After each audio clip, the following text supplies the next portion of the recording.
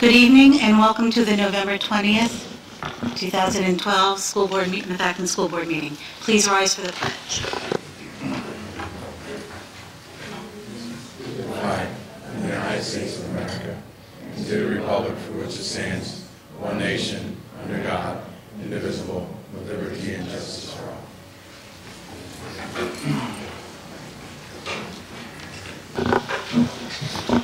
The board had an executive session before this meeting this evening where we discussed a personnel issue.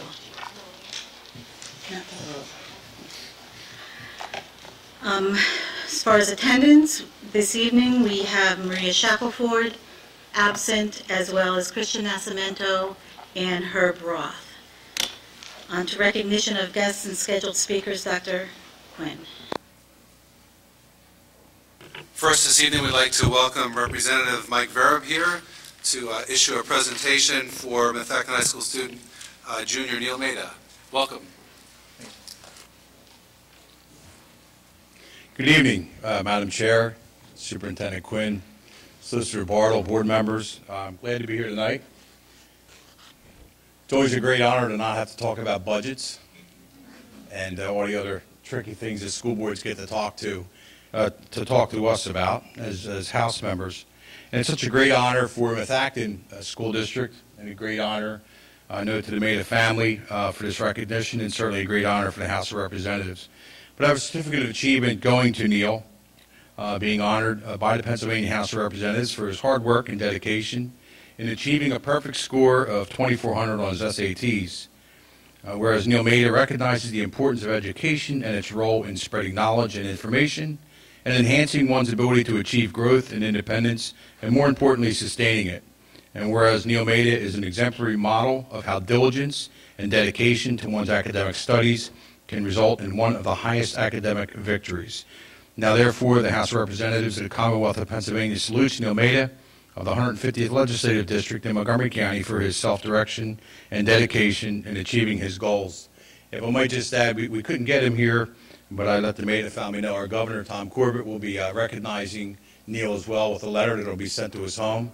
And, we're going to get that done before the budget, too, Neil. And we just very happy to be here, very proud to be here, and just want to congratulate Neil on such a great effort, such a great commitment to his education, and what a way to make the Methacton School District community proud.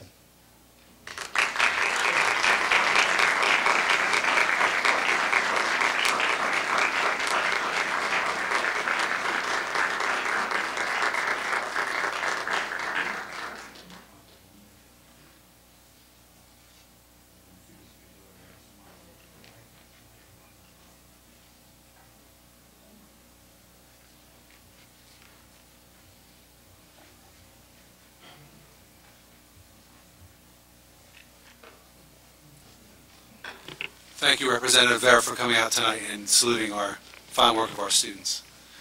Next, we have our high school principal, Ms. Judy Landis, here tonight to present Neil with a M Award as well. Judy?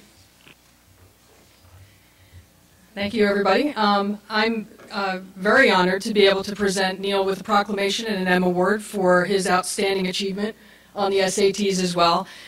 We're very proud of Neil because we know that now that he's achieved the perfect score, he can continue to dedicate himself to our school as he already has done in being active in his leadership roles as the president of both the Environmental and Electric Car Clubs, the webmaster of both of those programs, the founder of his new club, the Habitat for Humanities. He is also the student representative to the board. He writes a technology blog for the Times Herald. He is also working as the director of web marketing at Plaza Flowers in Norristown. So Neil doesn't let anything slow down in his life. So we're very excited that with a perfect score, he won't have to try to best himself on that, and he can dedicate all those renewed energies to doing even more for our community. And we want to thank you, Neil, for everything that you do, and thank you for making us so proud.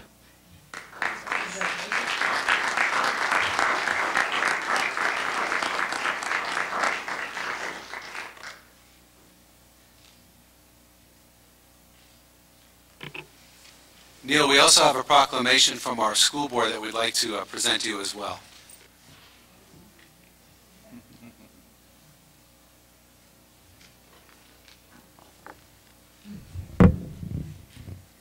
This is a proclamation of the Methacton School District Board of Directors.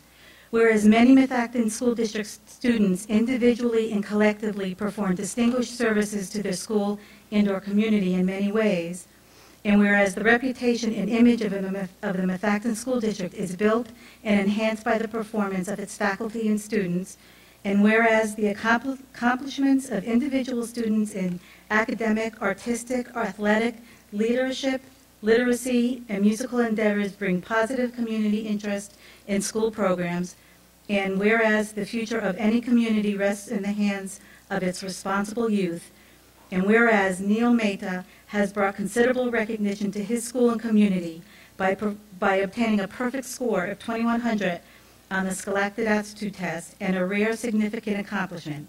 Now, therefore, be it resolved that the members of the Methacton School Board of School Directors go on record this 20th day of November 2012 honoring the spirit of this exemplary performance. Congratulations to you and to your parents.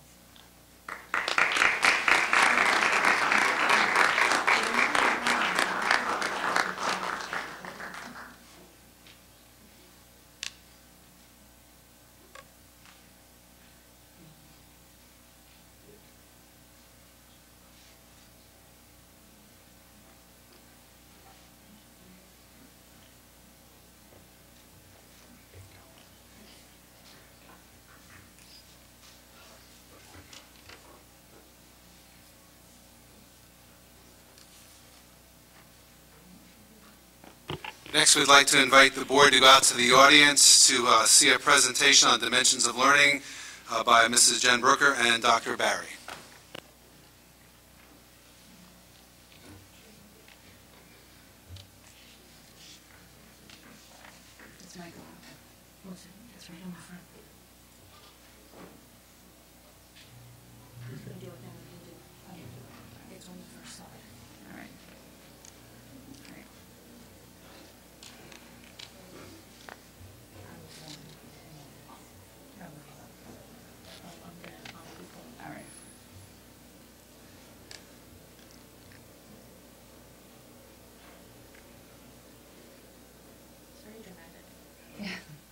Good evening. Mrs. Brucker and I would like to tell you a little bit about our Dimensions of Learning instructional model or instructional planning model that we have adopted.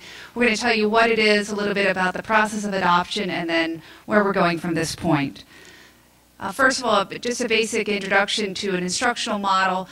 An instructional model is a framework for teaching. It's a framework that's used in planning and delivering lessons that's based upon best practices and research that shows what helps increase student achievement and growth. So you can see it's a combination of curriculum, instruction, and assessment, and the organization of those elements. When we were looking at instructional models, we were attracted to the dimensions of learning because there are several different facets of the model. One that examines the school culture and how we can increase positive attitudes and perceptions of students towards learning, as well as our school community, as well as supporting habits of mind that children and everybody could be, are beneficial to everybody in persevering and problem solving and so forth. You can see that the additional elements then are curriculum and instruction, so everything from planning what is going to be taught in a particular course to how it's going to be delivered to then the assessment model is all part of our Dimensions of Learning instructional framework. You can imagine that an undertaking of articulating K-12, everyone using the same framework, the same language, to increase student achievement, to have teachers talking the same language, will take some time. This is just a short bulleted point list that started 2 years ago. In the school year of 2010-2011, a committee of 39 volunteers from every subject area, grade level, representative met 6 times to investigate possible frameworks that we could use. We looked at the framework of learning-focused schools, dimensions of learning, and understanding by design. We had representatives that were actually in the classroom using these frameworks come in and present to our teachers. We had follow-up roundtable discussions, and it came down to a decision-making process using a matrix, and the committee, the teachers who would actually be using it, decided on dimensions of learning. From that committee, we formed a planning and development committee to say, what is this going to look like in Methacton? And that's what last year was about. We had 13 volunteer teachers facilitated by Dr. Barry and me to examine the dimensions more in depth. We had Dr. Cindy Goldsworthy come in and explain each one to us, and we looked at all the ways that we could implement this K-12 in the most feasible, efficient way so that we can get started on this process. And we met 3 times last year. This year we've decided on a plan that started with our high school, our first in-service day, moving to Skyview and Arcola for December 5th, elementary in March, and then all of those buildings, we took out the special areas, the phys ed teachers, the nurses, our counselors, our librarians, and we're going to do all their training on May 21st, our last in-service day. In the meantime, in between trainings, what's happening after teachers are starting this process of Dimensions of Learning, it's going to be going to the principals and using their faculty meetings with video clips, articles, scenarios to keep the conversation going. Also, with administration doing their walkthroughs and observations, they're going to focus on teacher reflection, especially on Dimensions 1 and 5. And that's what I want to highlight right now for Dimensions of Learning. The reason our staff chose Dimensions of Learning were because of Dimensions 1 and 5. That second bullet point is the reason. It has the whole student in mind, this framework, effective and academic. And if you look at all of the dimensions right here, there are 5 dimensions. Attitudes and perceptions and habits of mind were clearly the front runners for us choosing this because of our teachers saying we want kids to leave here not just knowing their content, we want them to use these lifelong habits. And each of you received a copy of some habits of mind that are at your station that you can read what that looks like. Dimension 1, just to highlight it, attitudes and perceptions about learning, it starts with the classroom climate. Is the teacher greeting the students at the door? Are the kids coming in and feeling welcome? The attitudes and perception about the classroom tasks. Do the students feel that the teacher is taking an active approach in their learning? Do they care? Do they feel that someone is listening to them and talking to them? And then what do we hear the students saying about themselves? Are they using that positive self-talk that they can get through tasks and they want to do things differently? That goes hand in hand with Dimension 5, which is the 2 we're focusing on this year, talking about 21st century skills, those high-order thinking skills that we want students to leave us with. Persistence. How are they persevering through that math problem? Are they giving up or are they going on? We can teach that. We can model that. We can say it out loud. Their perseverance, their thinking about thinking, that metacognition, managing impulsivity, games like the stock market game, are they investing all of their money in one area or are they taking their time and holding back and waiting? Striving for accuracy, especially with elementary, are they finishing their paper and turning it in right away or do they go back and check over it? So those 2 are what we're focusing on this year. Dr. Barry's going to go on with the other dimensions and then we'll sum it up with how it's going to look. Okay, so again, this year we're focusing on Dimensions 1 and 5, training all of our teachers, K-12. Next school year, we're going to be focusing on Dimension 2. Dimension 2 is referred to as acquiring and integrating knowledge. And we talk about knowledge in 2 ways, both procedural and declarative knowledge. Often, if you think about, we often talk about what it takes to drive a car. There are some pieces of content that you need to know. You need to know what the rules of the road are. You need to know where the gas goes. There are just things you need to know. But there are also things you need to know how to do, like parallel park, like yield into traffic, and so forth. So Dimension 2 breaks down the 2 types of knowledge that students are acquiring and talks about the instructional strategies that best support the acquisition of those types of learning. In the following year, then, we're going to be focusing on the final 2 dimensions, which will be Dimensions 3 and 4. Dimension 3 is called extending and refining knowledge, with the concept that now the students have gained the knowledge and they're integrating it within the information that they've already learned and their background knowledge. They then need to move beyond that dimension and start the application process. So that's what Dimension 2 focuses on, making connections, restructuring your knowledge, experiencing new insights, and correcting misconceptions as a way to make sense of new learning. Following then is Dimension 4. Dimension 4 is referred to as using knowledge meaningfully. So again, it's to take the knowledge that you've learned, take the procedural declarative, and apply it independently to novel new situations. We talk about learning for transfer. In Dimension 4, we're going to focus on those 6 complex reasoning processes. You're going to think, you look at that list, you're going to think higher order thinking skills, critical thinking, creative thinking. That's the focus of Dimension 4.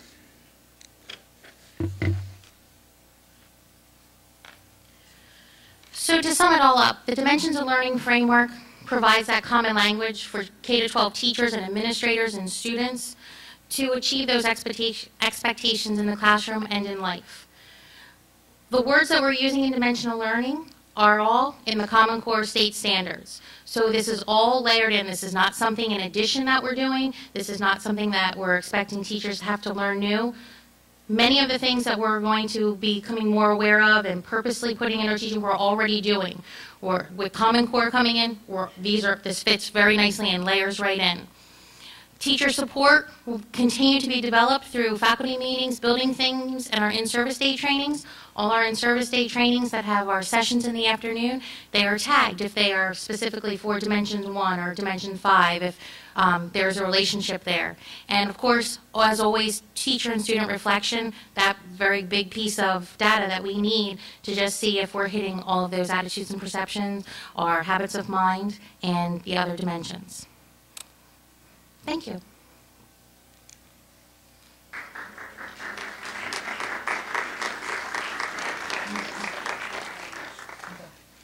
Do you have any questions before we adjourn? Okay.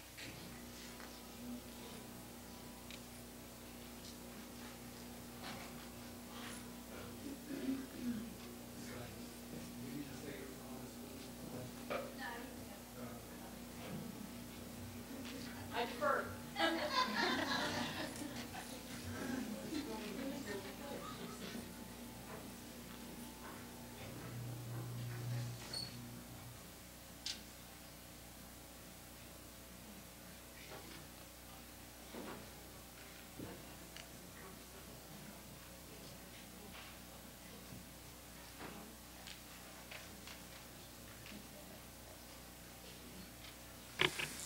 Next, we have a presentation by our high school home and school.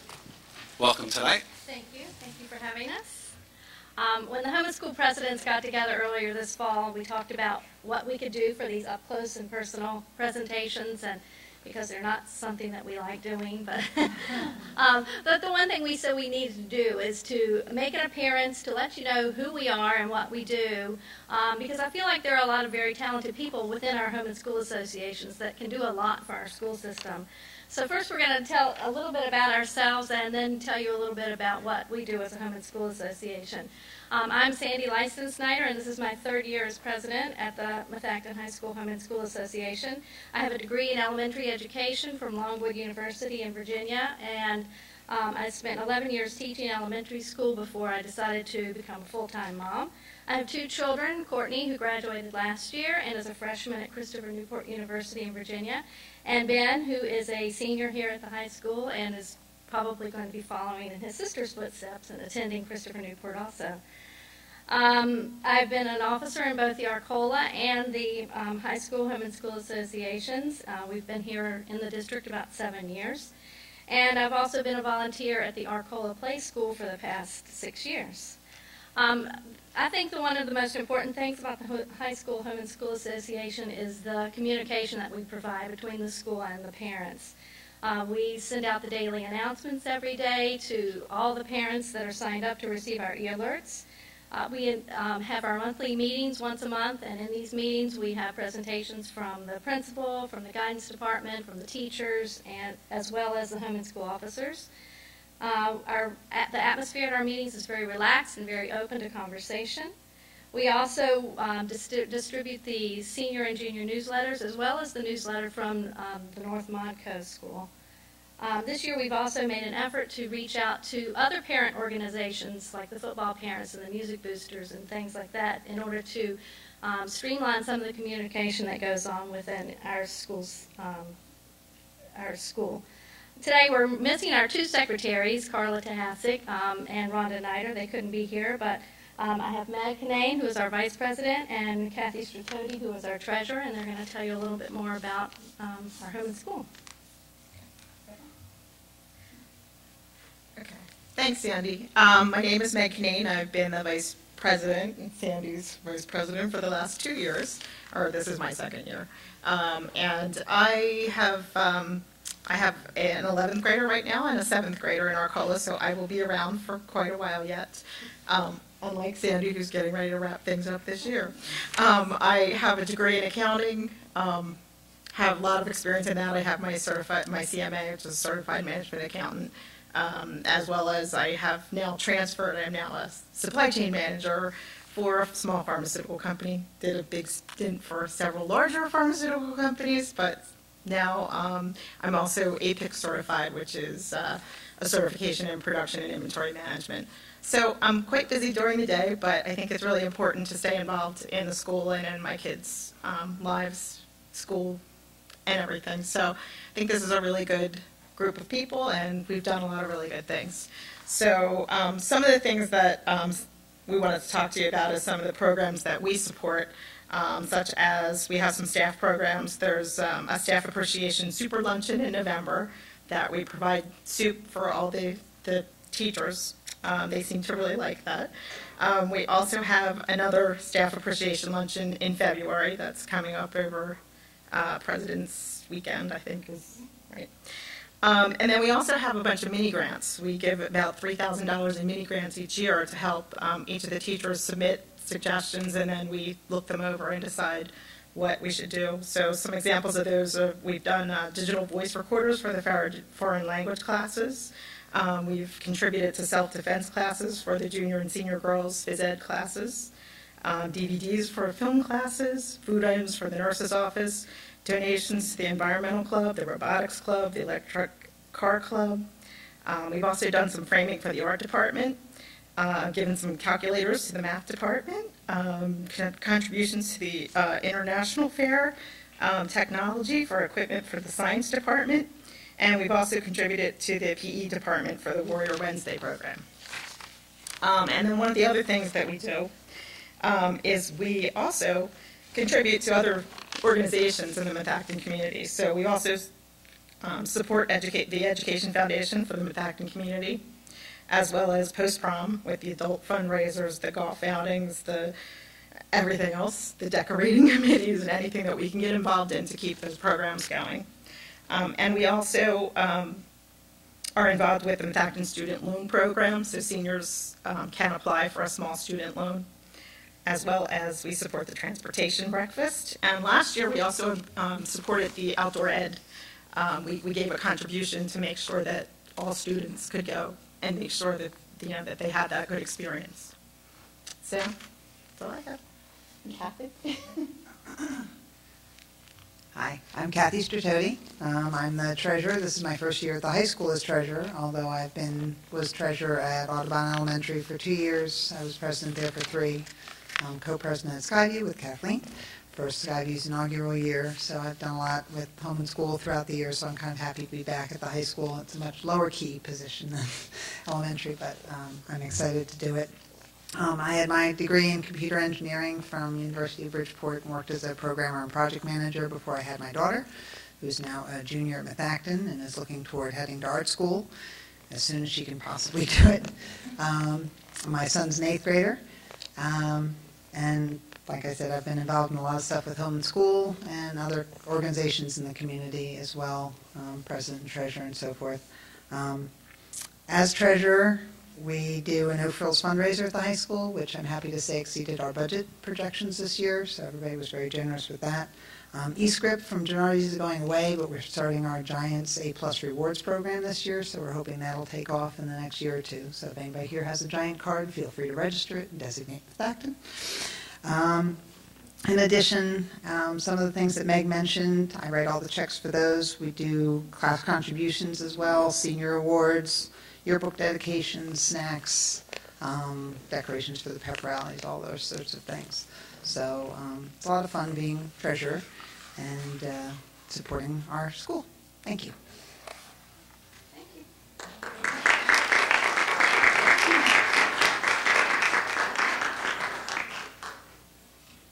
Thank you. Moving on to reports. Finance Committee, Dennis, do you just want to do Sure. what we talked about earlier? Finance Committee met this evening at 6:15. We had our local auditors here reviewing the 2011-12 audit. It'll be on the agenda tonight for approval. We also talked about the 2013-14 calendar for budget approval.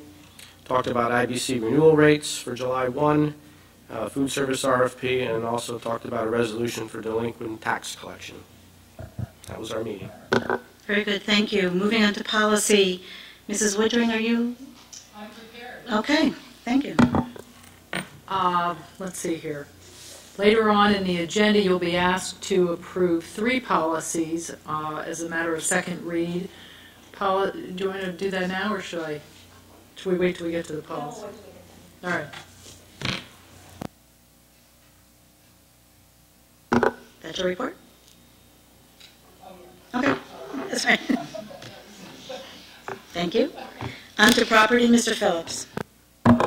Good evening. Our last meeting, we spoke about a stormwater project on the fields and how it's come along with Zopspector and Architaria. It's moving along quite well. On Friday this week, on the 23rd, high school is going to have a transformer change out. And the other things that we discussed, one of them was the high classroom temperatures over Worcester.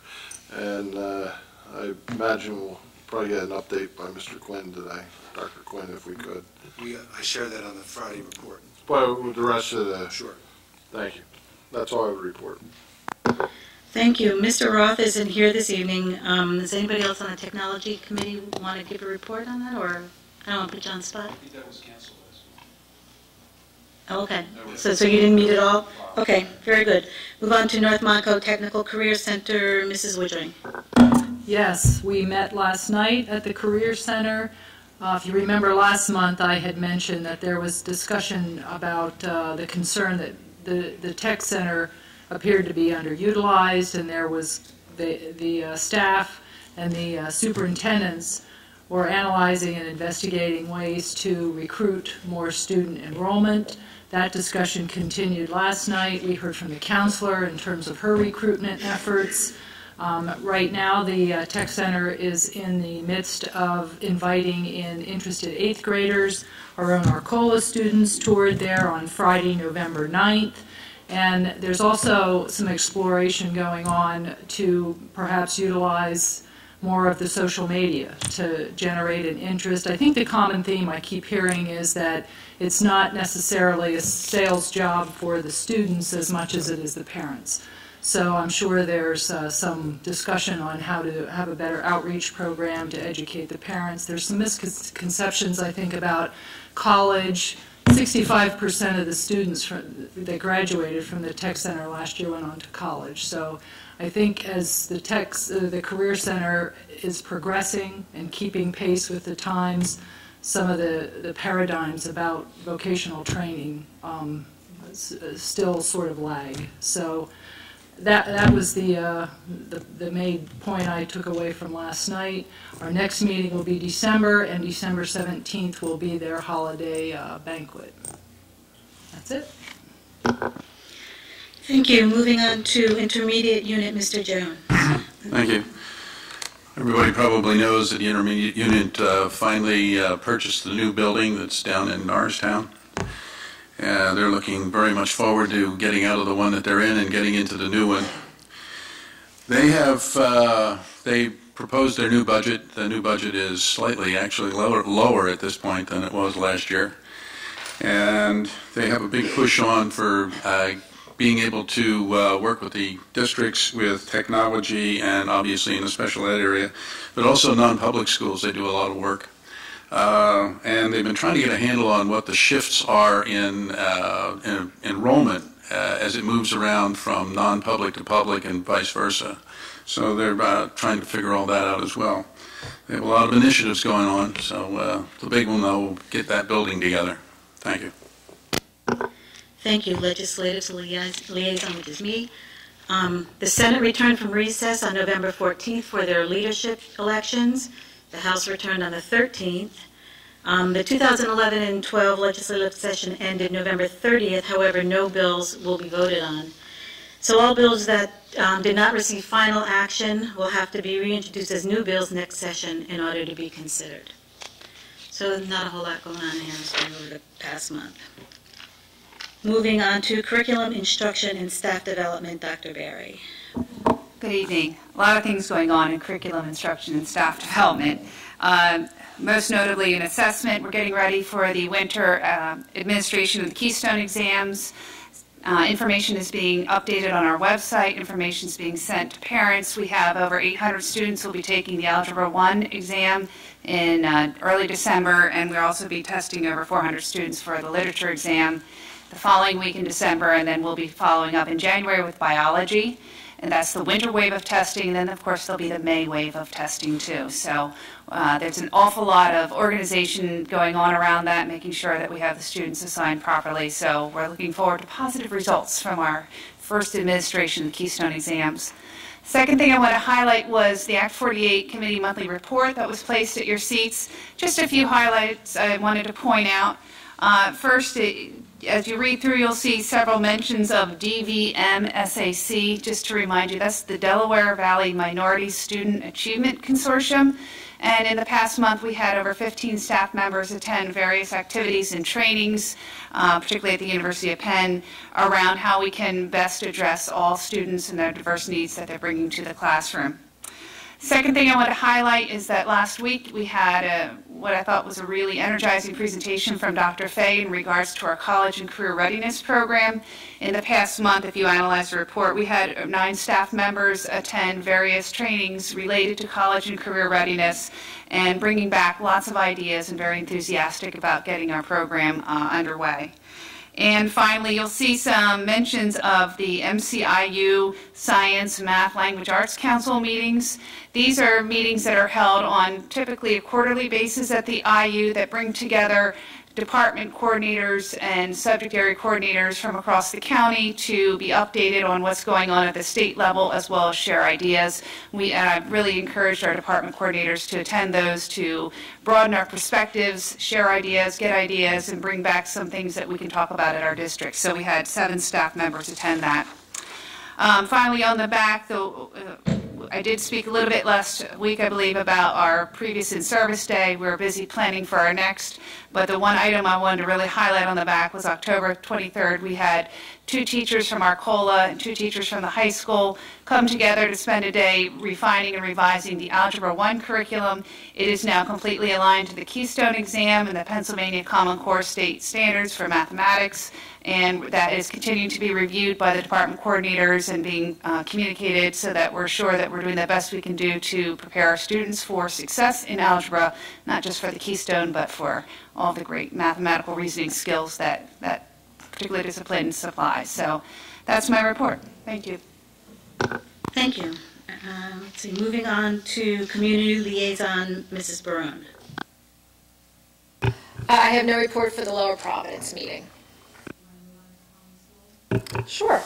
I just wanted to say thank you to the high school for coming, and I did attend several meetings this month, and most schools are working on holiday fundraising so that they can help the families in need within our community. Thanks. Did either one of you attend the Worcester where you would care to give a report, or Kim or Jim? The only thing I heard, I didn't attend it, but I heard that this coming Monday work session for Worcester Board of Supervisors are going to discuss our light ordinance, and that they're going to take care of that December. Very good, thank you. Moving on to Student Board Representative, Mr. Mehta. Hello, everyone. As you might know, as your kids might have told you, November, December are generally slow times for most student activities, but we've already started racking up the awards, which is a very good sign. For instance, our marching band earned 2nd place in a tri-state competition last week, and the Robotics Club has sponsored a computer programming team that we're fielding in MIT NASA's annual International Computer Science competition called Zero Robotics. We placed 2nd overall internationally last year, and we've reached the semifinals this year, so we're hoping that we can repeat that feat. As well, Emily Drummond, who's also the student board representative. She was the lead in this year's winter play, William Shakespeare's A Winter Sail. So congratulations to her. That is about it. Thank you very much. Thank you. And Superintendent's report, Dr. Quinn. Just to follow up on Jim's comments, we did correct the Worcester classroom overheating situation. There were some computer programming issues that were corrected by the Siemens Control Company, and we seem to be back on track there. Mr. Jacoby continues to look into HVAC, heating, cooling system issues in the district so that we can improve our services to our students. And we'll be back in touch with you about that at a later time. Continuing, more than 100 Methacton area seniors recently attended the annual Thanksgiving luncheon held at our Cole Intermediate School. This event allows our students to interact with area seniors by serving them lunch and performing for them. When I say seniors, I'm not talking about 12th graders, by the way. Several of our board members were also in attendance, and they'll agree with me when I say the event does a fantastic job of providing these community members with a wonderful opportunity to meet our fine students. Thanks to several faculty members, Ted Williams for providing planetarium programs for our visitors, Mary Ellen Caldwell, Darcy Lockman, and Alex Cifelli for overseeing the musical performances. And thank you also to Janine Warzewski, Karen Whiston, Joan Craver, and Aramark staff who also took part in organizing the entire luncheon. So thank you for that. Methacton High School senior Yinan Kang was recently named among the semifinalists in the Siemens Math, Science, and Technology competition. This national competition allows students to submit intensive research projects for judging. Yinan's work focused on bringing a 21st century perspective to the works of Professor Robert Burns Woodward, a Nobel Prize-winning organic chemistry professor. Woodward's 1940s work at Harvard University focuses on UV rules and the octant rule, which provide 2- and 3-dimensional structures of steroid molecules. Yinan found a way to use modern-day technology to make the teaching and utilization of such brilliant rules easier. His hope is that his recently published work will help generations of chemists to come. Very, very impressive. And to follow up on a report by our student representative tonight, the Methacton High School Warrior Band nearly completed the upset of the year in the Cavalcade of Bands Liberty Conference Championships in Hershey earlier in the month. Of the 17 bands competing in 2 divisions, Methacton came in second place behind Hatboro Horsham by a mere 0.65 points. In addition, Methacton was named the Liberty Conference Most Improved Band for 2012. And if you go to our website, there's a video there to allow you to watch the band's performance, which is quite superb. That's my report. Very good, thank you. Moving on to public comment on board actions. Now, Just like to make,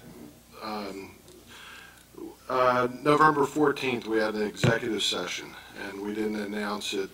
And that was, we discussed the application, we had our council to discuss our application, also an update on the MEA upcoming negotiations, and about hiring a new business manager. So I just wanted to make sure we fulfilled that portion, and also today was also about hiring.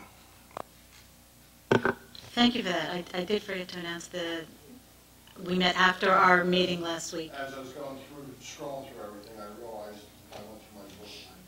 Thank you, Jim. Moving on to public comments on board action items. This is the time where the public can comment on any actions the board will be taking this evening. Mr.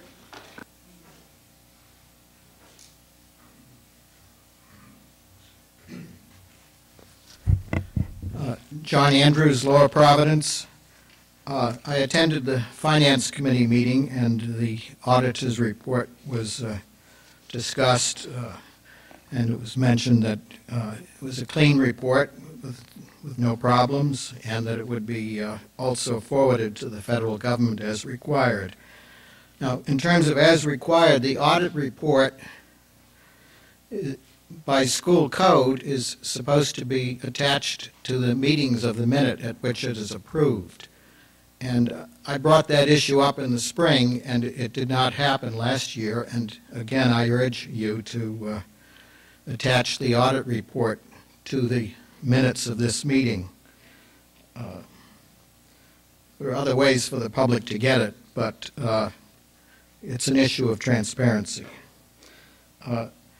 Another item is on the physical education courses.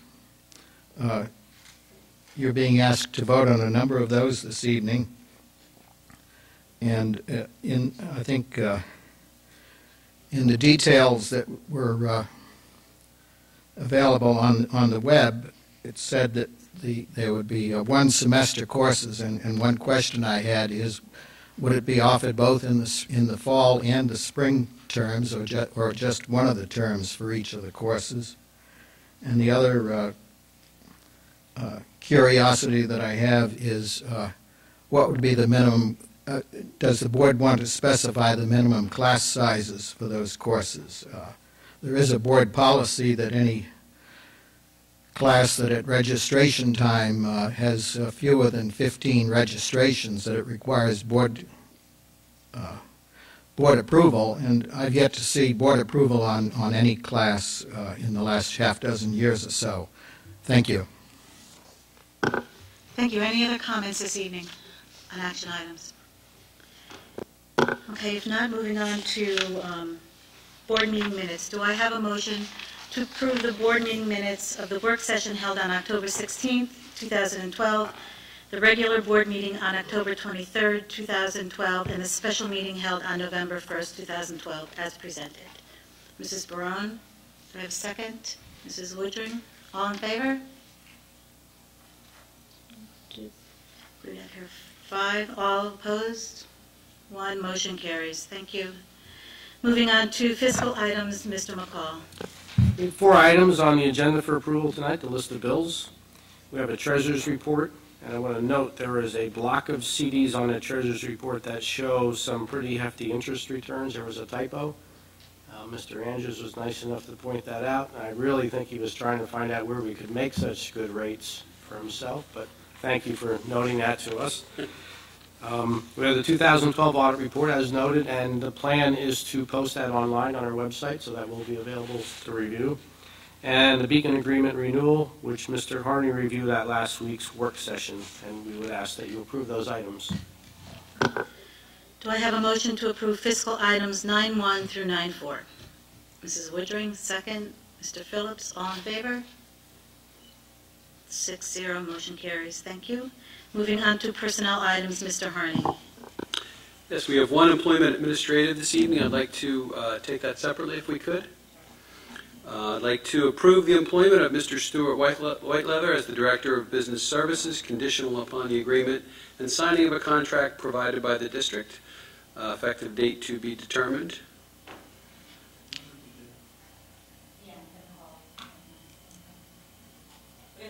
Can we do that as well? Sure. We'll do the rest of the items. We have someone calling in, so we'll for a vote. Employment classified, we have 3 for your approval this evening. Employment long-term substitute professional, we have 4. We have 2 uncompensated leave professionals. We have 3 uncompensated leave classified this evening. We have 5 supplemental contracts. And I'd like to amend that $105,639.08 to $105,360.20. We had a different person take a position. Mrs. Shackelford will be right with you, okay? We had one person, a different person take the job. They had less experience, so it went down in cost. We have 5 classified substitutes listed, and the attached list of volunteers.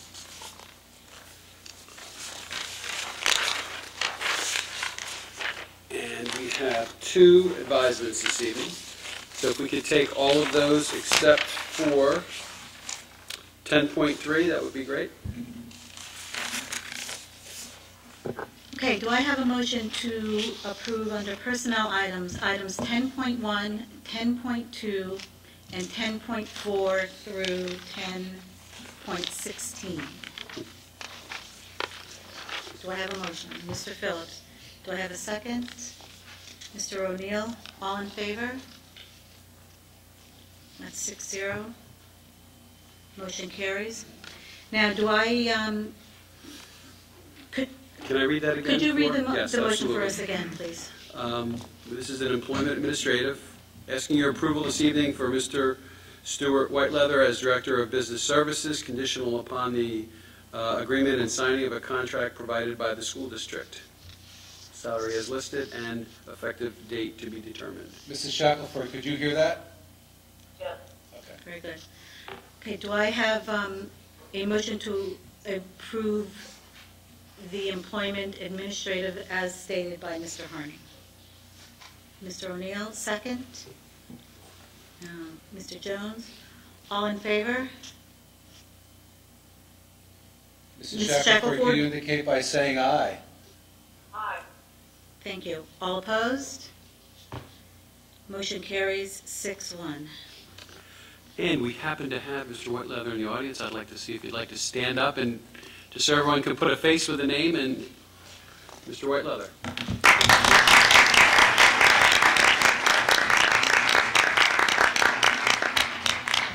Thank you. Okay, thank you. Maria, I'm going to hang up now. Okay, thank you. Thank you. Moving on to programs, Dr. Berry. I'm going to take each of these items separately, if that's okay. The first is to ask for your approval of the course curriculum that was presented at the last regular session, regular board meeting. Approve of the new course curriculum for academic environmental science, as well as the honors environmental science. If you recall, this course was a rewrite that was going to be used in conjunction with biology that would better align to the Common Core standards, but more particularly the Keystone State exam. So that's the first one, first item. Okay, do I have a motion to approve item 11.1 under programs course curriculum? Mrs. Woodring, second. Mrs. Barone, all in favor? 6-0, motion carries. Thank you. Okay, at 11.2, asking for your approval of course proposals. The items 2 through 7 were the physical education courses I spoke about at the work session last week. The first item is a new course, Introduction to Engineering Design. We currently do not offer an engineering or an Introduction to Engineering course, so we're very excited about offering this course to increase our STEM opportunities to our students. Oh, you went to 11.3. And 11.3, we're asking that you accept the gift of a laminating system for Arcola that was being donated by the Arcola Home and School Association. Is it okay if we take those two together? Okay. Do I have a motion to approve item 11.2 and 11.3 under programs? Mrs. Barone, second. Mr. O'Neill, all in favor?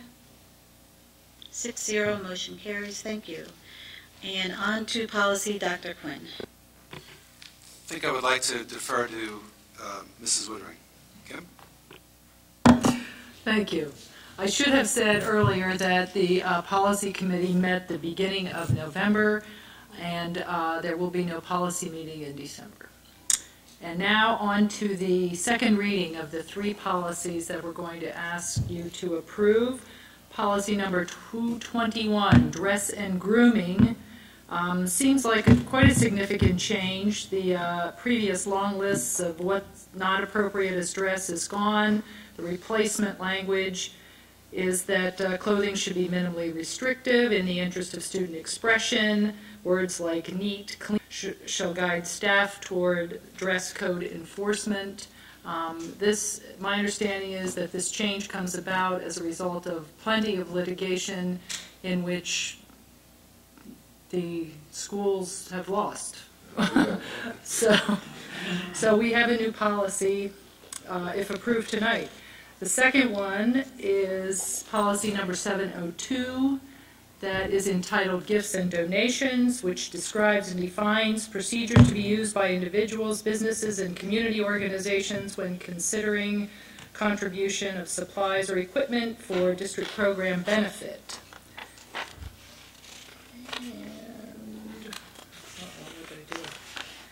And the third is policy number 916, entitled School Volunteers. This would redefine volunteers to all comply with legal and administrative requirements versus prior policy that distinguished volunteers into 3 categories: single event, short, and long-term volunteers. Now it's going to be volunteers, volunteers, volunteer. Everybody goes through the same protocol. And so I would ask that we take a look and approve those. Under first reading, we have 2 policies.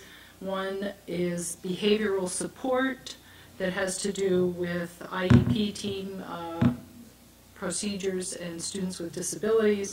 And number 209.1 is food allergy management, which speaks to the safety and health of students with severe or life-threatening allergies and how we are to manage those situations. That's it. Thank you. Do I have a motion to approve under policy item 12.1, second reading 1, 2, and 3? Mr. Phillips, second. Mrs. Woodring, all in favor? 6-0, motion carries. Thank you. Moving on to other, Dr. Quinn. Nothing else there. Okay. Dates for board members' calendar. On December 4th, we'll be having our finance committee. We'll have our reorganization meeting, and we will also be combining our work session and our regular meeting for December. That's the only meeting we'll be having in December. January 15th, we have a policy committee meeting, a finance committee meeting at 6:15, and then our board work session at 7 o'clock at Skyview. And on January 22nd, we'll have a property committee meeting at 6:15, and then our regular board meeting here at the high school.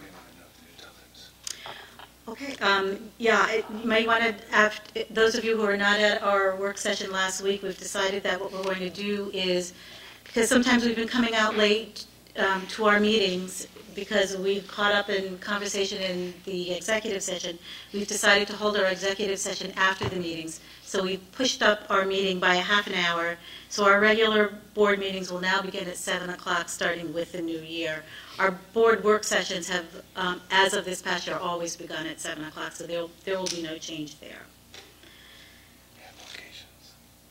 And locations. Last year we decided that we were going to move the meetings around 2 months in each location, and we found that to not work as well as we had hoped. So what we will be doing is holding all of our work sessions at Skyview Upper Elementary, I believe in the library, and should we have to move to a larger venue, we have our Arcola's auditorium right there. So all work session meetings will be held at Skyview Elementary. Upper Elementary, sorry about that. Okay, moving on to old business. Any old business from the board? New business.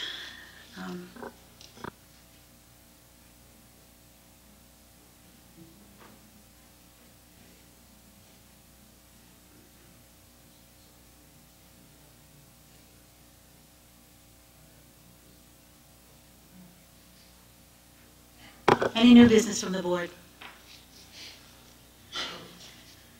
Okay, moving on to courtesy of the floor.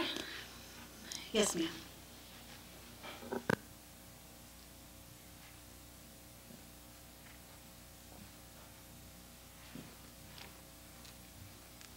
Good evening. I'm Kathy Stewart. I'm a professional at Arcola Intermediate School and very proud sponsor of the Arcola Science Team. Our fair this year is December 8th. Hopefully you'll all be getting an invite in your boxes, but if not, I wanted to personally extend an invite for all of you to come to Arcola December 8th. The public viewing is from 3:30 to 4 o'clock, although you are invited to attend while the judging is going on if you can come in earlier in the day on December 8th. This is a superb opportunity to see what middle school students can do in science. And I have Neil, his sister who is a winner, Enong Chang, who you talked about, all came out of this science program. I can't tell you how exciting it is.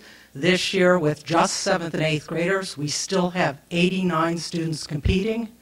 In the past, we have had 6th grade, but due to some Pennsylvania Junior Academy of Science changes, we will not be having 6th grade this year. They can no longer compete at the county and the state level. So we're down to only 7th and 8th grade and really lost less than 10% of the number of projects we're showing. So with 89 students able to show you what they can do at the middle school, come out and see us December 8th. Appreciate it. Thank you, and we have received our invitations already. Any other comments? Mr. Andrews?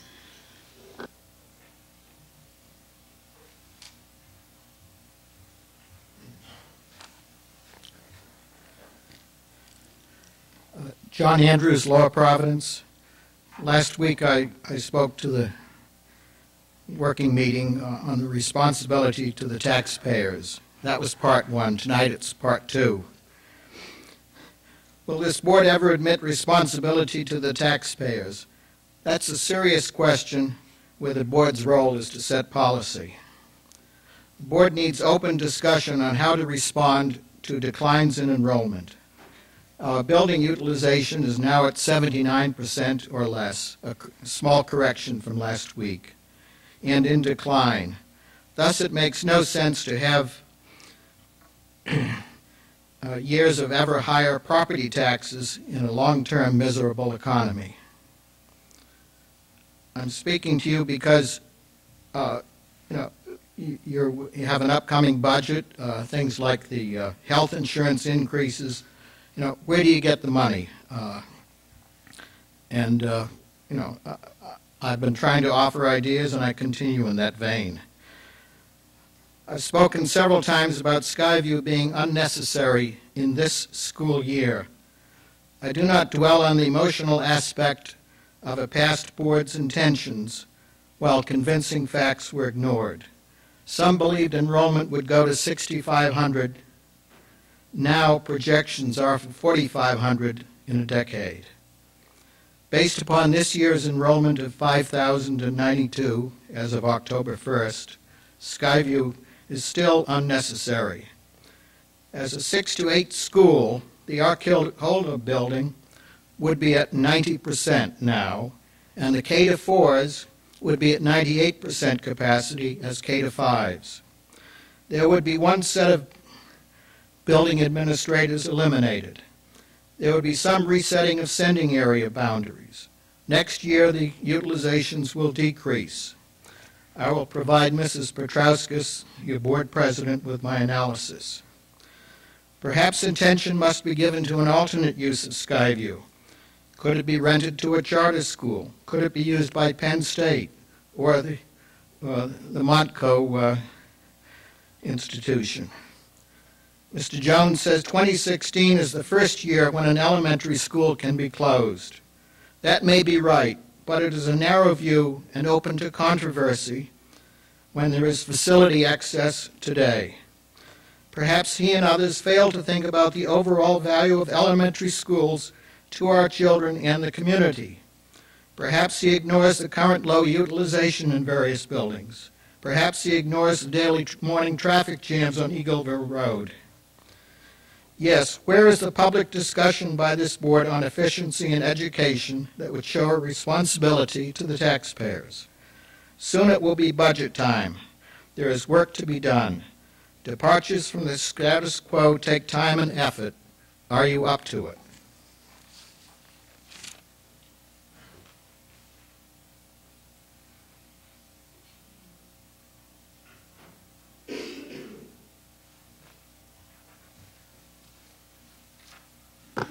Any other comments? Yes, sir.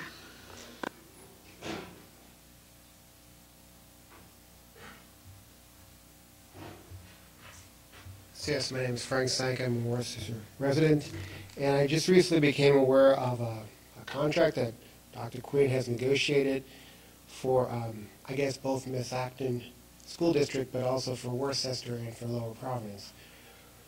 And I'm a little concerned about it because last year we had that big turnout where the board held one of the larger community schools here. And we had over 500 people come out about how we needed fields, and better lights in those fields. And there seemed to be a lot of community support, and there seemed to be a lot of support from this board, members new included. And now I find that we're writing these fairly restrictive contracts. And I'm concerned because there's only a small number of residents in Worcester Township that surround the fields that we're talking about. And it seems like those small number of residents are guiding the future use for my children. Now, I have a 17-year-old daughter who's now a junior in high school. When she comes home after the last 3 years, she tells me, we don't have school spirit because we can't do everything that other communities are doing, like lighted fields and Friday night games and Saturday night games and Thursday and Wednesday night games. And we're going to correct that, right? We're going to put lights out there, new fields. And maybe parents and other community groups will help us pay for that. And that all sounds good, and I buy into that, and I'll be a participant in that. And then I have a freshman daughter who's doing that, and I have a third-year-old daughter who's into soccer. And I go out to Mithaqua United Org, and they say, well, you know what, Frank, I'm Lower Providence, you're Worcester. We can't speak at Worcester. Worcester doesn't want to hear us, so please speak for us. So here I am speaking for Worcester, but also Lower Providence, and anybody who's in Mithaqua School District. And it doesn't matter if you're in Worcester or Lower Providence. What about providing into the future the ability for this board, with contribution from all residents of both Lower Providence and Worcester, the ability to change? This is a very restrictive contract that you're writing here.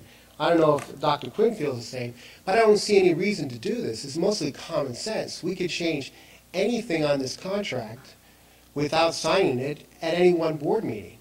We don't have to do Sundays, but we don't have to close Sundays off. You can run the occasional Sunday event. We don't have to have Saturday games, but you can based upon championships.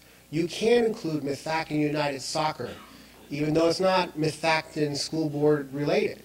I mean, these kids, boys and girls, have Heidner Field, and we're very happy to have Worcester Fields, and we have some fields in Lower Providence. But it doesn't mean we need more. And if our kids continue to get better at sports, and if some of those kids need those sports to make their way through youth, I don't see why we're giving way to a small contingent of people. I mean, I would have liked to see both sides represented at this contractual talk, if we had it at all.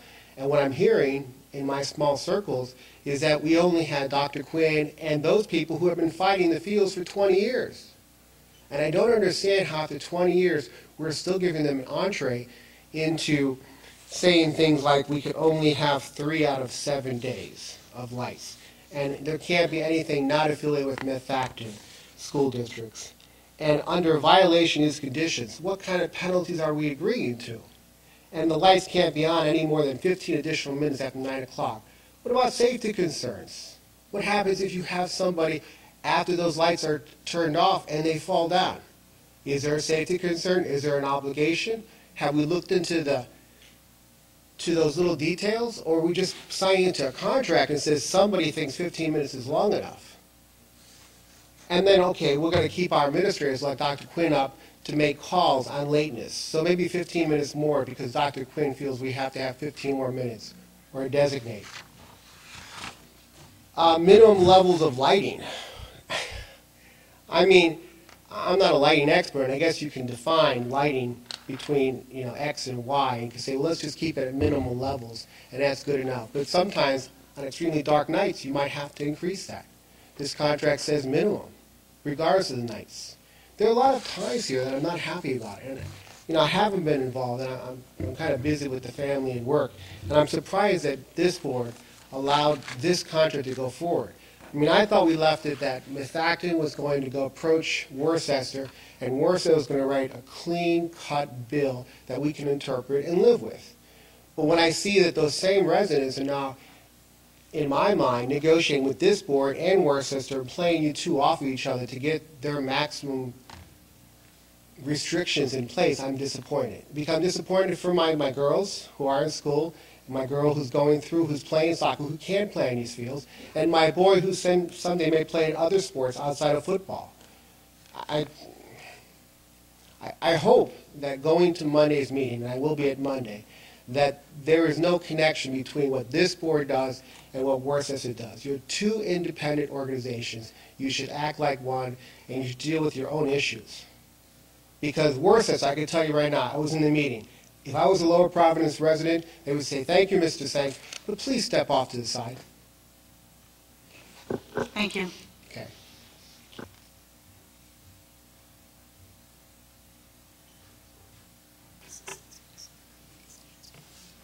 Mr. Sank, just to respond briefly to your comments, I want to note that what you're looking at is not a contract between the district and the residents. It was simply recommendations I brought back to the board for their review. They have now reviewed that document, and they're going to be responding back then to the township and the residents regarding that. So it is a work in progress, and there has been nothing that has been agreed upon at this point. Thank you. Any other comments this evening? Any questions? I'm told we have no response to any questions. There were none posed at the last meeting. So we'll move on to communications. Mrs. Marzewski? Good evening. Methacton wishes to welcome community members of all ages to our winter concert season events. These performances are free and open to the public. This year's schedule begins on December 3rd at Worcester Elementary School and ends on December 19th, culminating with the high school winter concert at Arcola Intermediate School. The full schedule is available on our website. The Education Foundation for the Methacton community also wishes to extend a warm invitation to our community to attend the Holiday House Tour on Sunday, December 9 from 1 until 7 p.m. This event will feature 5 private Worcester homes, all decorated for the holidays in their unique style. We invite you to celebrate the spirit of the holidays by experiencing these beautiful homes. Details on how to purchase tickets are on the website. Thank you. Thank you. Do I have a motion to adjourn? Oh, yes. I can't remember if I announced that or not, but we will be adjourning to executive session after this meeting. Do I have a motion to adjourn? Mrs. Barone, second. Mr. Phillips, all in favor? 6-1, motion carries. Thank you and good night. And on behalf of the board, I'd like to wish all of you a very happy and peaceful Thanksgiving. Do you want to talk about, you didn't talk about, or? It was very minor. It was the greater